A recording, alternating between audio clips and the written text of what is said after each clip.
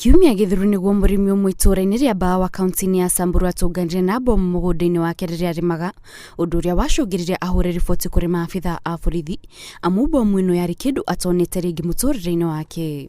Bomu imepatikana kwa shamba tu na watu hawana habari.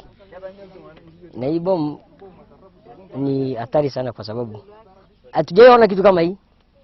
Na tumeona sasa hizi ni hatari sana kwa watoto. Borithi mekinya mwena ũcio nĩguo mamenyire nĩ bomu na magĩta ataramu a bomu nĩguo mateithĩrĩria kũmitũthũkia, ĩkĩrĩkana yahota gũkorwo yatigĩtwo thutha nĩ maabitha a mbirarũ rĩrĩa mambĩte kambi ya gĩthomo mwena ũcio.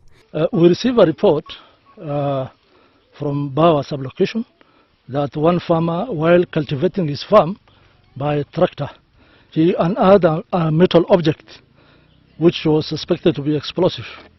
We swiftly responded and established that it is an explosive, a bomb, and the process of detonating is ongoing currently.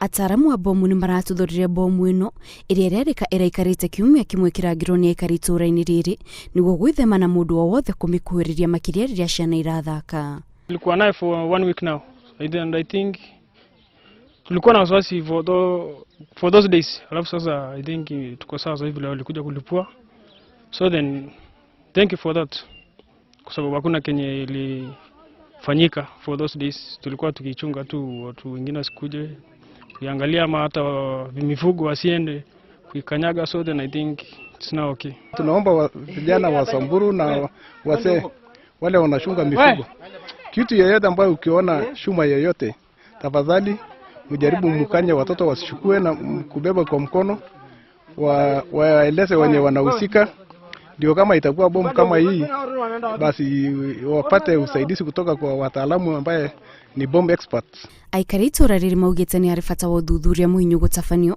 nĩguo gũtigĩra gũtirĩ bomu ĩngĩ ta ĩno ĩrĩa ĩngĩkorwo ĩtigĩtwo thutha.